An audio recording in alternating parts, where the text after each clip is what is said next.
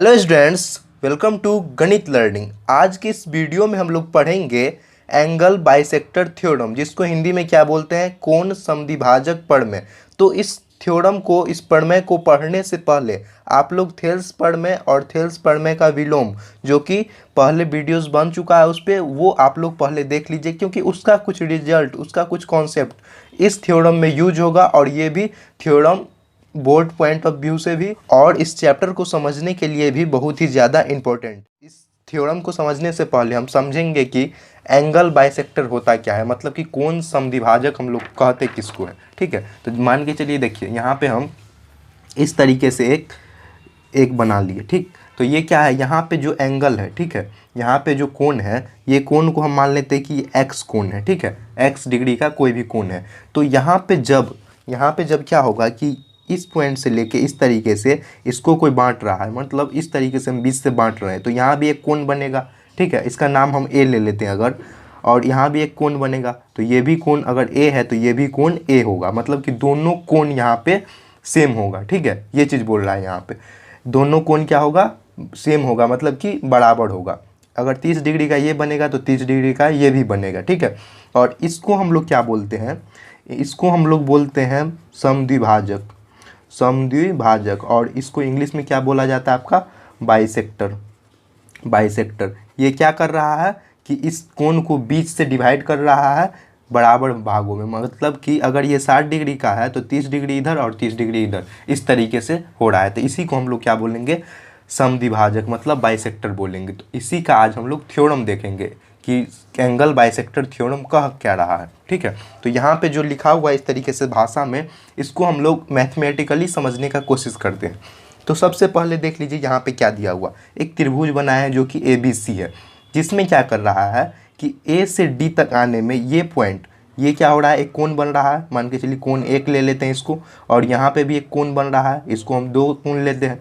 तो जो कोण एक का डिग्री होगा, ठीक है, वही डिग्री कोण दो का रहेगा, मतलब कि अगर ये 60 डिग्री का बन रहा है तो कोण दो भी इसका 60 डिग्री का बनेगा। ठीक है, यहाँ पे इतना चीज़ कह रहा है। तो यहाँ पे जो गिवन है उसको सबसे पहले हम लोग लिखते हैं। देखिए गिवन क्या क्या हमको दिया हुआ है इसमें, तो यहाँ पे क्या क्या दिया हुआ है, ABC एक त्रिभुज है। ABC एक क्या है, त्रिभुज है, जो कि हम लोग को दिख रहा है यहाँ से कि ABC यहाँ पे एक त्रिभुज है, जिसमें AD यहाँ पे, AD क्या कर रहा है कि कोण A से समद्विभाजित हो रहा है। तो यहाँ पे हम लिखेंगे AD कोण A का समद्विभाजक है, समद्विभाजक है। ठीक है, ये चीज़। और यहाँ पे कोण A जो है वो क्या कर रहा है, BC से मिल रहा है, BC से मिल रहा है, और किस पॉइंट पे मिल रहा है, D पॉइंट पे मिल रहा है। तो ये भी लिख देंगे यहाँ पे, और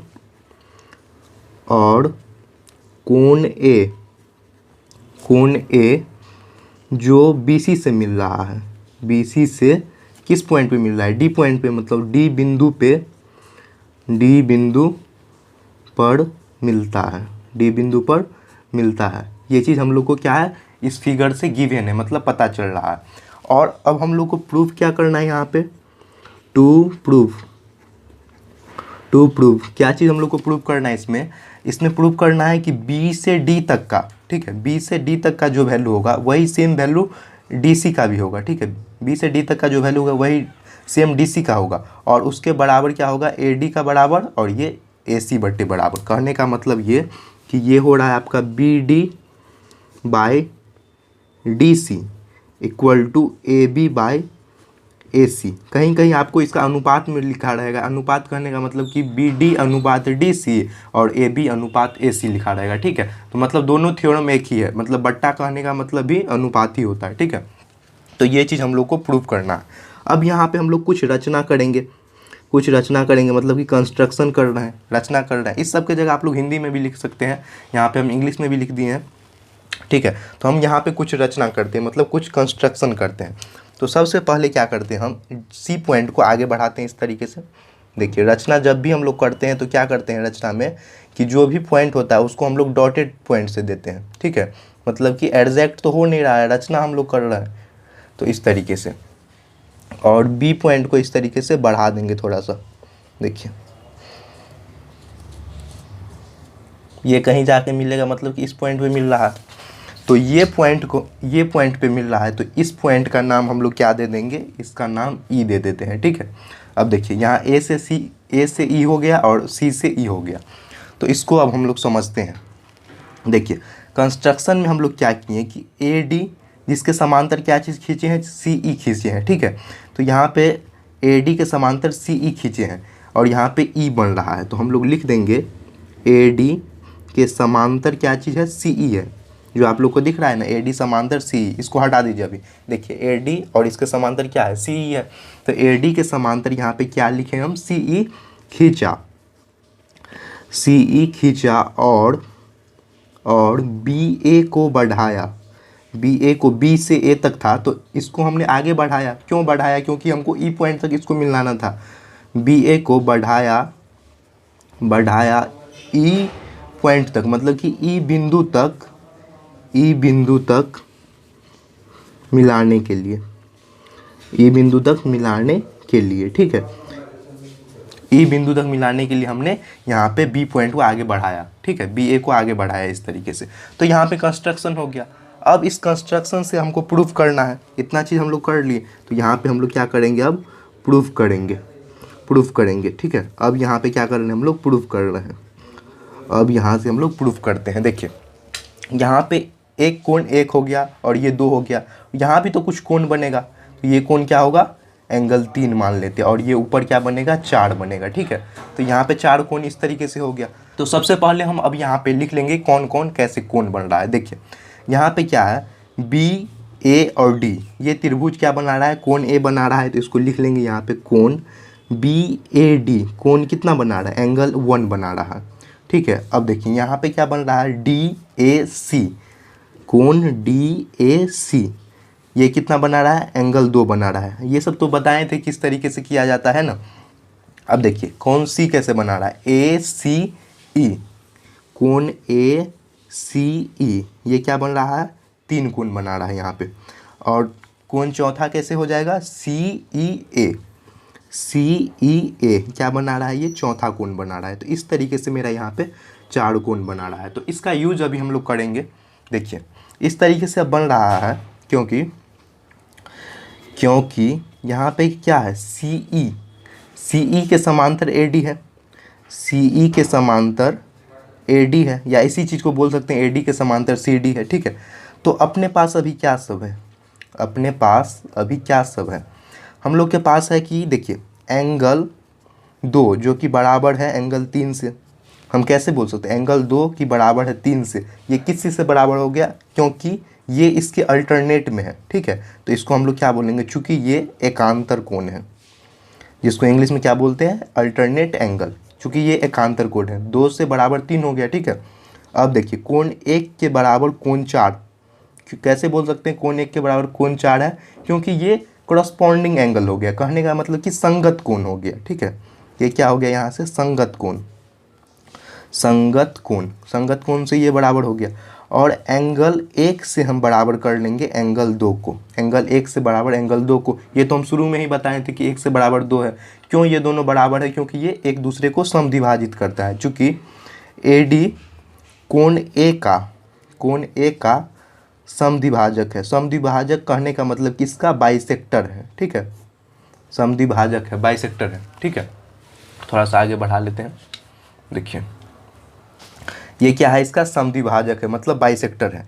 तो इस तरीके से हम लोग कर लिए। तो अब इसमें हम क्या लिख सकते हैं, देखिए यहाँ पे देखिए कोण 1 बराबर 2 से था, किस लिए बराबर था, क्योंकि ये दोनों समद्विभाजक था। ये किस लिए बराबर था, क्योंकि यहाँ पे संगत कोण था। और ये बराबर है क्योंकि एकांतर कोण है, मतलब कि अल्टरनेट एंगल है। तो इसलिए यहाँ पे क्या होगा कि कोण 1 जो है वो बराबर होगा कोण 2 के, ठीक है। अब देखिए कोण 1 2 के बराबर है, ठीक है, और कोण 2 के बराबर कोण 3 है। तो यहाँ से हम बोल सकते हैं बराबर 3 है, ठीक है। और देखिए कोण 4 हम बराबर कैसे बोल सकते हैं, कोण 1 के बराबर कोण 4 है ना। तो यहाँ से हम बोल सकते हैं कोण 4 भी बराबर है, मतलब कि चारों कोण क्या है, अपने आप में बराबर है, ठीक है। तब यहाँ से आप देखिए कोण 3 और कोण 4, यहाँ पे कोण सी और कोण ई दोनों क्या है, बराबर है, ठीक है। इसको हम लिख सकते हैं इस तरीके से, कोण 3 और कोण 4 बराबर है। तो हम क्या बोल सकते हैं यहाँ से कि ए से ई तक का मान, ठीक है, और ए से सी तक का मान दोनों बराबर, ए से सी तक का मान का जितना वैल्यू हो गया उतना ही ए से ई तक का वैल्यू होगा। क्यों बराबर होगा? क्योंकि हम लोग जानते हैं समान कोण के सम्मुख भुजा बराबर होती है, हम लोग पढ़े हैं। 3 के लिए यहाँ से लिख लीजिएगा, ए ई बराबर क्या होगा? ए सी होगा। क्यों होगा? क्योंकि चूंकि समान कोण के सम्मुख भुजा, समान कोण की सम्मुख भुजा की मतलब कि सामने वाला जो भुजा होगा वो समान होता है या बराबर होता है, ठीक है, बराबर होती है। ये तो हम लोग जानते हैं, समान कोण की सम्मुख भुजा बराबर होती है। इसलिए हम लोग यहाँ पे, क्योंकि ए और सी ये दोनों बराबर हम यहाँ से दिखा दिए, कोण 3 और 4 हम मेरा बराबर है, तो यहाँ पे क्या हो गया? कोण तो दोनों समान हो गया, तो इसके सामने वाली भुजा, सम्मुख भुजा मतलब इसके बीच से सामने वाला क्या होगा? ये वाला पॉइंट होगा ना, तो ये और ये दोनों भुजा अपने आप में क्या होगा? बराबर होगा, मतलब समान होगा। देखिए थोड़ा सा जगह कम है, इसको अगले पेज में यहाँ पे बना के दिखाते हैं। देखिए क्योंकि फिगर का जरूरी होगा मैं हमको यहाँ पे। देखिए अब हम यहाँ पे बी सी ई त्रिभुज में देखेंगे। ए को हटा दीजिए, आप इस बड़ा वाले को देखिए, ठीक है, बड़ा वाले को जो यहाँ से यहाँ तक आया, बी से सी आया और सी से ई गया और ई से बी आया है, ठीक है, वो वाला त्रिभुज हम लोग देखेंगे। तो त्रिभुज बी सी ई में, त्रिभुज बी सी ई में क्या है? ए डी क्या है? समांतर सी ई के है, तो यहाँ पे लिख देंगे ए डी जो कि समांतर है सी ई के, ठीक है। तो यहाँ से हम क्या बोल सकते हैं? ए डी सी ई के समांतर है, तो यहाँ पे हम लोग अब थेल्स थ्योरम लगा देंगे, मतलब कि B D by D C जो कि बराबर होगा ए बी बाय ए ई के, ठीक है। तो ये किस से बराबर हो गया? चूँकि B P T basic proportionality theorem, या इसको लिख सकते हैं यहाँ पे क्या है? थेल्स प्रमेय है, थेल्स प्रमेय से ये बराबर होगा, ठीक है। क्योंकि अब हमको बड़ा त्रिभुज में देखना है ना, बड़ा त्रिभुज में क्या होगा? जो बी डी का भुजा होगा वही डीसी का भुजा होगा, मतलब कि ये इसके बट्टा में आ जाएगा, जो इसका रेशियो होगा, जो इसका अनुपात होगा, वही अनुपात आपका ए बी का यहाँ पे अनुपात होगा, ठीक है, और वही अनुपात आपका यहाँ से ए ई का अनुपात हो जाएगा, ठीक है। ये हम लोग थेल्स थ्योरम से कह सकते हैं।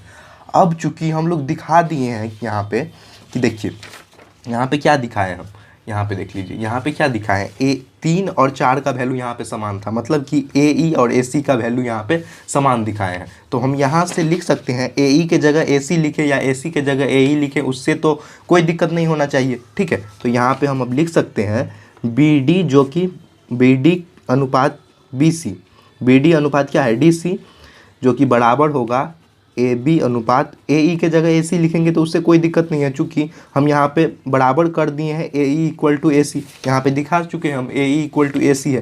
तो यहाँ से हम बोल सकते हैं कि ये आपका बराबर इस तरीके से आ गया। तो यहाँ पे ये चीज़ क्या हो गया? आपका प्रूव्ड हो गया। तो यहाँ पे लिख देंगे हम हेंस प्रूव्ड, यहाँ पे ये चीज़ क्या हो गया? प्रमाणित हो गया, ठीक है। तो इस तरीके से आप लोग कर सकते हैं प्रमेय को सॉल्व, बहुत ही आसान और इजी था, ठीक है। यहाँ पे बस आप लोगों को एक बार फिर से समझा देते हैं। देख लीजिए यहाँ पे क्या करना था कि एक त्रिभुज था, सबसे पहले यहाँ इसको ढक लेते हैं हम, ठीक है, इसको अभी ढक लीजिए। यहाँ पे देखिए ए बी सी एक त्रिभुज था जिसमें कि ए पॉइंट क्या कर रहा है? डी, ए पॉइंट यहाँ से समद्विभाजित कर रहा है, मतलब इसको 2 भागों में बांट रहा है। किस पॉइंट पे? डी पॉइंट पे, ठीक है, डी पॉइंट पे बांट रहा है, जिससे हमको प्रूफ क्या करना है कि बी डी का और जो डी सी का अनुपात होगा, ठीक है, या B D by D C दोनों बोल सकते हैं, जो इसका अनुपात होगा वही आपका ए बी का अनुपात और ए सी का अनुपात, ठीक है, जो इसका अनुपात होगा वही इसका और इसका अनुपात होगा, ठीक है।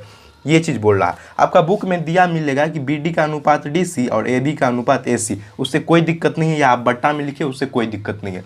तब हम लोगों ने यहाँ पे क्या किया था, इतना हम लोग को पता था, तब हम लोग यहाँ पे कंस्ट्रक्शन किए थे, रचना किए थे। क्यों किए थे? क्योंकि हमको यहाँ से जब C को हम बढ़ा के E तक लाए थे, ठीक है, और E से हम क्या किए थे, क्योंकि AD और AC यहाँ से समांतर हो गया था, यहाँ पे लिखें AD और AC समांतर है, तो B को E से मिलाने के लिए हम BA को खींच के आगे तक यहाँ तक बढ़ाए हैं, जिससे यहाँ पे क्या हुआ? E पॉइंट पे ये मिला, ठीक है, E बिंदु पे ये मिला, जिससे हमको क्या हुआ? अब प्रूव करना था। तो प्रूव करने के लिए हम लोगों ने क्या किया कि एंगल सबसे पहले 1 और 2 ये बराबर था, ये तो हम लोग को पता था। क्यों बराबर था?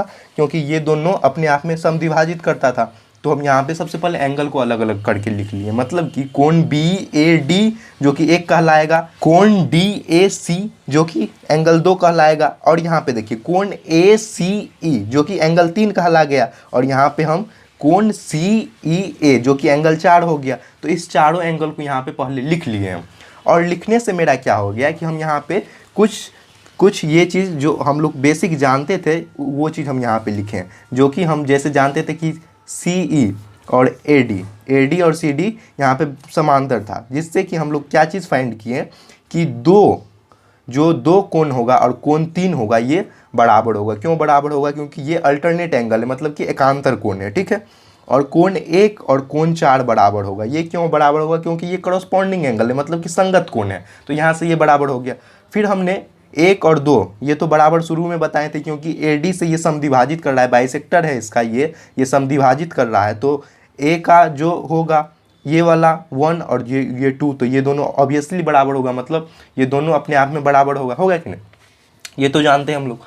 तो यहाँ से हम लोग फाइंड किए थे कि 1 2 और यहाँ इसी से हम 3 को भी बराबर, क्योंकि 2 के बराबर 3 है तो यहाँ भी 3 बराबर हो गया, और 1 के बराबर 4 है तो यहाँ से 4 भी बराबर हो गया, ठीक। ये चीज़ जब बराबर हो गया तो हम देख रहे हैं कि एंगल 3 और 4 जब बराबर होगा तो हम लोग जानते हैं समान कोण की सम्मुख भुजाएं बराबर होती है। तो समान कोण हो गया मतलब 3 और 4 बराबर हो गया, तो इसका ये भुजा और ये भुजा ये इसकी सम्मुख भुजा हो जाएगी ना, तो ये दोनों बराबर हो गया। तो हम यहाँ से कर लिए प्रूफ क्या चीज़, ए ई और ए सी दोनों बराबर है, तो यहाँ पे ये चीज़ लिख ली। ये लिखने से हमको ये फ़ायदा हुआ है यहाँ पे कि जब हम यहाँ पे त्रिभुज बी सी ई में देखे हैं, मतलब कि त्रिभुज बी सी ई अंदर वाला सब छोड़ दीजिए, ये ए डी को और ए सी को भूल जाइए, यहाँ पे बी सी ई बड़ा वाला त्रिभुज देखिए, जिसमें कि ए डी और सी ई दोनों क्या था, समांतर है, मतलब कि दोनों अपने आप में समांतर है। जिससे क्या किए हम, बी डी का जो अनुपात है और जो डी सी का अनुपात है ये बराबर किए हैं, और ए बी का ए सी के बराबर। कैसे हुआ ये हम लोग थेल्सपर में से किए, आप लोग को थेल्सपर में बता चुके हैं, वहाँ से आप लोग समझ गए होंगे ये किस तरीके से हुआ। और यहाँ पे ए ई के जगह ए सी हम लिखे हैं, क्यों लिखे हैं? क्योंकि यहाँ पे ये चीज़ हम प्रूव किए हैं, तो इसलिए हम यहाँ पे इस तरीके से किए हैं, तो यहाँ पे ये चीज़ प्रूव्ड हुआ, प्रमाणित हुआ, ठीक है, समझ गए आप लोग। तो इस तरीके से हम लोग का ये थ्योरम कंप्लीट हुआ। अगर आपने इस वीडियो से कुछ भी नया सीखा है तो प्लीज़ अपने दोस्तों के साथ शेयर करें, चैनल को सब्सक्राइब करें, और अगर आप लोग को किसी भी चैप्टर में प्रॉब्लम हो तो वो भी कमेंट सेक्शन में बताएं, ठीक है। और आप लोग का सीरीज़ वाइज वीडियो ऐसे ही आते रहेगा, आप लोग अच्छे से देखें और अपना पढ़ाई कंटिन्यू रखें। Thanks for watching this video.